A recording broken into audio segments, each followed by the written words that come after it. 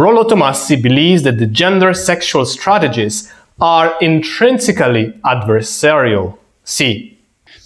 One of the things that you have written is that the sexual mating strategies of men and women are, I believe, fundamentally at odds with one another. And so, adversarial. Okay, adversarial. And they are not adversarial. This is a basic failure of understanding of evolutionary psychology. For more examples on seeing the world as a big fight, I'm gonna quote some passages from the Rational Male book.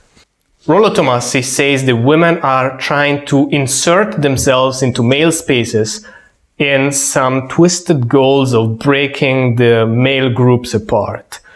Let's see what he says. Women insert themselves into male spaces to restrict and control traditional male bonding while also fostering infighting amongst in-group and out-group men. So why will they do so, says Rollo Tomassi? Because men congregating together are a threat to the feminine imperative. Man, that is such nonsense. I've been growing up in plenty of male-dominated groups. Now let me tell you, I wished that some women joined those groups. Rollo Tomassi doesn't want people to go the empty way. Why not? He says, this only serves to cede power to the feminine imperative. Obviously, Rollo Tomassi sees women as a monolithic block on a mission to disempower men, and men have to band together in order to properly fight women. Rollo Tomassi doesn't want men to go their own way. Rollo Tomassi wants men to join the red pill and most likely to join his followers, which is good for him, right? When a little boy acts out or acts like a little boy, is expressing that natural, innate kind of little boyish alphaness, we drug him. We sedate him. Give him Adderall, we give him Ritalin, we give him whatever, because he can't sit still and learn like a girl. So there must be something wrong with him. So if it's we're gonna do one of two things. We're gonna crush it out of him, or we're gonna change him into a girl. In some cases, literally. Nowadays, literally change them into girls. Look, I don't know, that might be true. It might be overprescribed. I'm not sure. But literally changing boys into girls, literally. Apparently, that's what Rollo Tomassi actually thinks. He says in one of his books, the village will teach your boys to feel shame for being less perfect than girls, to the point that transitioning their gender to girls will be the norm. It will be the norm? You really think that boys are gonna be turned into girls as the new normal thing? Man, that's delusional shit. And there is the interesting part, though. It's exactly the same thing the feminists are saying about our society shaming women. I will quote you a few examples now, so you can recognize the exact same rhetoric, but specular. I'm gonna quote first the author of We Should All Be Feminists. A terrible book, by the way. Don't you dare wasting time on it. Anyway, here is what she says. We teach girls, close your legs, cover yourself. We make them feel as though by being born female, they are already guilty of something. And this is what Godsey wrote in her book, Women Have Better Sex Under Socialism.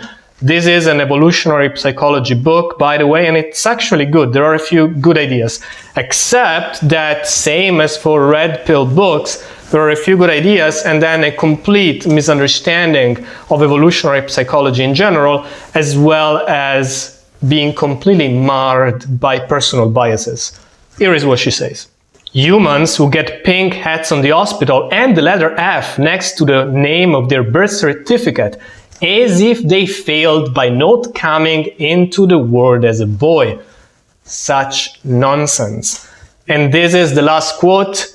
This is what Susan Forward says. We've all seen men portrayed in the media as stronger, more competent, and smarter than women, while women are often portrayed as highly emotional, indecisive, scatterbrained, passive, illogical, manipulative, and even malevolent. So now, do you see the two positions, the feminist and the red pill, are quite the same? They are exactly the same, but specular. The feminists say we teach women that they are defective, and the red pill says we teach boys that they are defective. So what gives? You're not gonna get the truth from the red pill, no matter what they say that they're all about truth. And you're not gonna get the truth from the feminists either.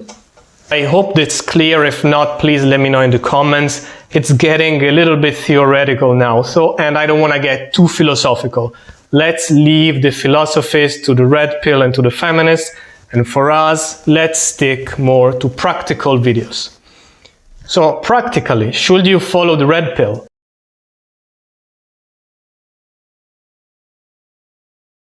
The world is quite politically correct these days, so there are a few advantages in the red pill. There are indeed some good analysis, and it is indeed free of political correctness. That's a good thing. Another thing that I really want to say is that this video sounds hypercritical. Well, it is hypercritical.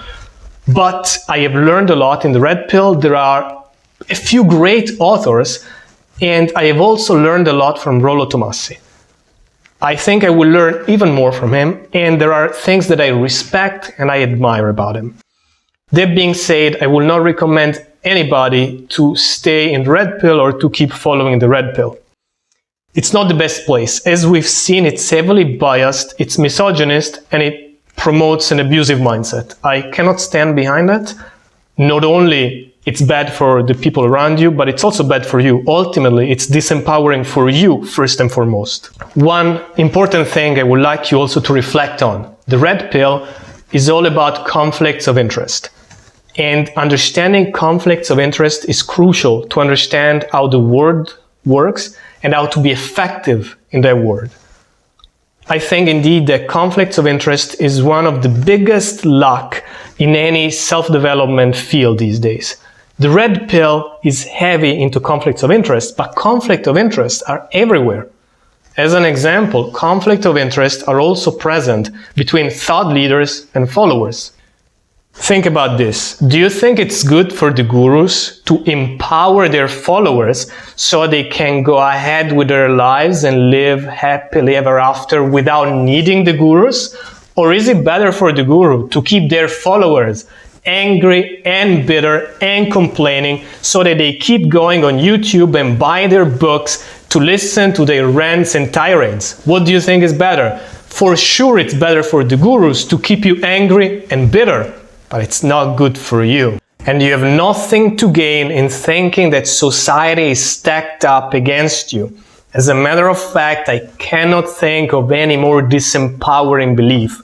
Do you really believe that society is all against you? Do you really believe you're losing? Do you really believe women are kicking your ass left and right? Then you're already a loser, man. Let me paraphrase what John Freeman says on the Power Moves forum. I leave the bitches to the other guys to fight and complain about. That's what the red pill does, complaining. I choose the smart, kind, and beautiful women. As they say, in life, you find what you're looking for. But the truth is, there is more power in being a high-quality man today than there has ever been in the history of the world. So quit whining, bitch.